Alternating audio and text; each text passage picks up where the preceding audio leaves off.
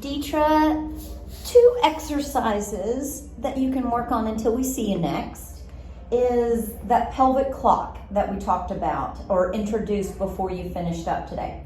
So if there was a clock face lying on the front of my pelvis, my belly button would be 12, left front hip 3, pubic bone, tailbone 6, right front hip is 9. So the first direction, we're gonna roll the pelvis back towards the belly button, feeling the low back kind of pressing into the mat or stretching into the mat. And then rolling forward towards 6, towards the pubic bone, you're gonna feel your lower back lift a bit. And so you're rocking forward and back. The goal is that the legs are pretty quiet with this one. In each direction, Deetra, let's go for maybe about 6 to 8 each direction, just to feel a little bit of tissue release. So now 3 and 9. So the side hips, this is where we tip one side of the pelvis over, roll back across the pelvis, and then the other side tips over.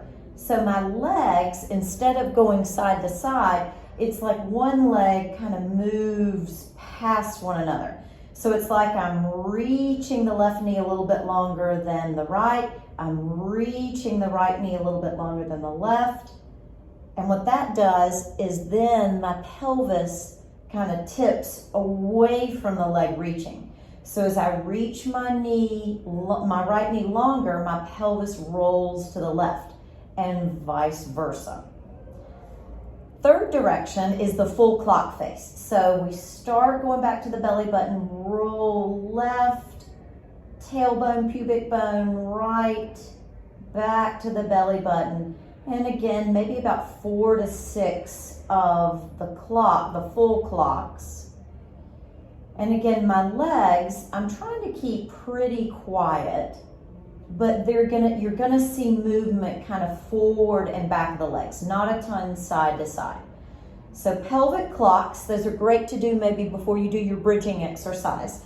And then one that I didn't show you, but I think could be nice for you is, Deidre, let's sit in a chair. And the idea is, if you have a straight back chair and you can feel yourself sitting all the way against it, that's fine, or just the imagining sitting up against a wall or a pole, and you're going to begin to peel off that pole, rolling down. If you notice, I'm kind of rolling down, my hands tracking down the legs. And then I stack back up. So I want to feel my pelvis, then I want to stack up through the ribs, and then I want to stack up through the head. Again, our breathing is an exhale to peel forward. It's an inhale at the bottom of your movement. If you notice, I've got a pretty good stretch of my spine, but the abdominals are supporting that stretch. And then next exhale, I stack back up. And that one again can be done, Deidre, maybe about 4 to 6, maybe just about 4 times, just kind of taking your time.